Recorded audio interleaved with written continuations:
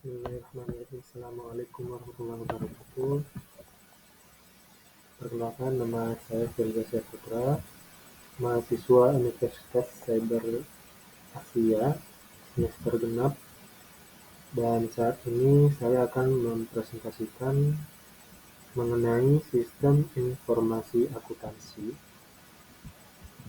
yaitu mengenai database, tinjauan pemrosesan transaksi, dan sistem ERP.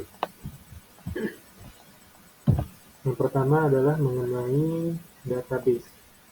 Database ini adalah basis data atau sekumpulan data yang dikelola sedemikian rupa sesuai ketentuan tertentu dan saling berhubungan agar mudah dikelola.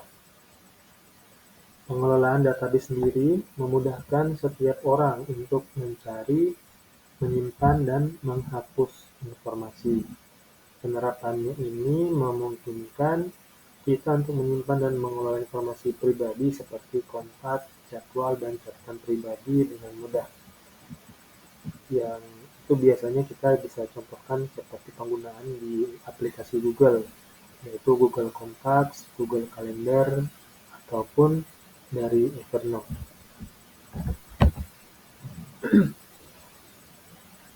Implementasi dari database ini yaitu perintah-perintah dalam DDL atau Data Definition Language dan SDL atau Storage Definition Language dari DBMS atau Database Management System yang dipilih, lalu dihimpun dan digunakan untuk membuat skema database dan file-file database yang kosong. Kemudian database tersebut dimuat atau disatukan dengan datanya. Selanjutnya, untuk fungsi dari database, fungsinya sendiri adalah untuk mengelompokkan data dan informasi, memudahkan identifikasi data, menghindari data ganda yang tersimpan, kemudian memudahkan akses, simpan, pembaruan, dan penghapusan data, kemudian menjadi penyimpanan data dari aplikasi atau situs web, menjaga kualitas data yang diakses agar sesuai yang diinput, kemudian membuat aplikasi berjalan lancar karena datanya terpusat. Selanjutnya, database membuat data tersimpan aman karena keamanan tinggi. Dan yang terakhir, database memudahkan pencarian data lebih cepat. Untuk zaman sekarang, penggunaan database ini sendiri sangat banyak digunakan di berbagai aktivitas, baik itu bisnis maupun pribadi dan perusahaan ataupun dari pemerintahan. Karena dengan adanya sistem database ini, kegiatan-kegiatan yang sifatnya administratif itu bisa sangat terbantu prosesnya agar lebih cepat dan mudah diakses oleh semua orang. Jadi dengan satu buah database yang terpusat sendiri, memudahkan dari berbagai pihak untuk menemukan data-data yang dibutuhkan untuk keperluan unit organisasinya. Jadi untuk contoh-contoh aplikasi database itu sendiri ada MySQL, MongoDB, Microsoft Access, Microsoft SQL Server, FileMaker Pro, Oracle Database, dan DBase. Selanjutnya mengenai tinjauan pemrosesan transaksi. Transaction Processing System atau TPS atau sistem pemrosesan transaksi adalah suatu sistem yang digunakan untuk mencatat transaksi secara rutin harian yang mampu dihasilkan dalam kegiatan operasional bisnis.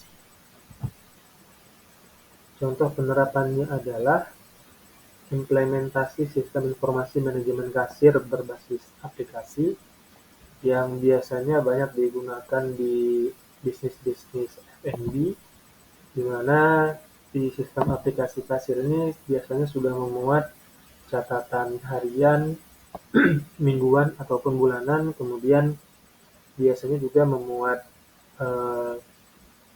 item apa saja yang penjualnya lebih banyak, kemudian item apa saja yang penjualnya lebih sedikit, dan biasanya juga bisa menghitung eh,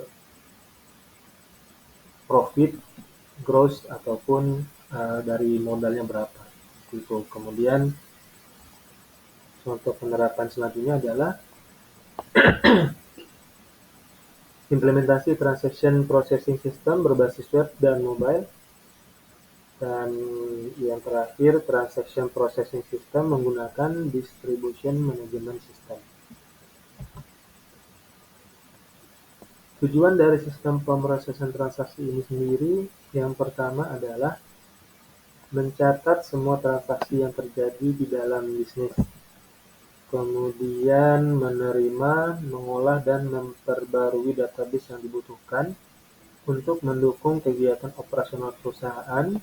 Dan yang ketiga, menyajikan informasi atas kegiatan operasional perusahaan secara akurat dan tepat waktu. Kemudian yang terakhir, meningkatkan kecepatan performa dan juga layanan perusahaan yang berujung pada tingkat kepuasan pelanggan. Jadi dengan semua transaksi yang terdata ataupun tercatat dengan baik, maka dari segi pemangku keputusan ataupun si pemilik bisnis ini bisa menggunakannya sebagai pengambil keputusan bagaimana si bisnis itu berjalan, kemudian bagaimana ataupun apa rencana-rencana berikutnya, dan apa yang perlu dievaluasi dari bisnis tersebut misalnya. Selanjutnya untuk tahapan dan cara kerja sistem pemrosesan transaksi. Yang pertama dilakukan adalah dan tentu saja mengumpulkan data, kemudian yang kedua adalah pengelolaan data. Dan yang ketiga itu mengenai sistem Enterprise Resource Planning atau ERP.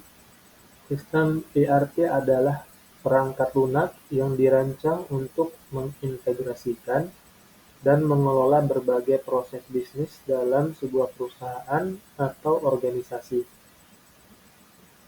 Jadi untuk ERP ini adalah sistem yang lebih kompleks ya daripada yang sebelumnya ini, daripada yang transaction ataupun pemrosesan transaksi tersebut. Jadi ERP ini lebih kompleks lagi. Kalau untuk tahapan dari sistem pemrosesan transaksi ini itu hanya mengumpulkan data, kemudian data diolah. Sementara untuk ERP ini itu lebih kompleks lagi.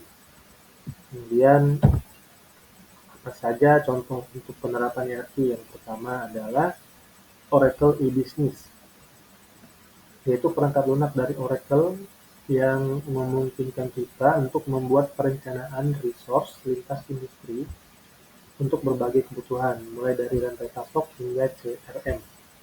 Selanjutnya ada Microsoft Dynamics NAV, yaitu perangkat ERP dari Microsoft yang direkomendasikan untuk Anda ataupun kita karena memiliki fungsi yang cukup komprehensif, mulai dari keuangan, rantai pasok, hingga manufaktur.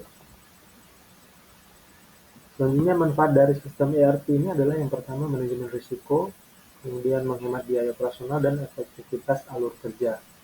Jadi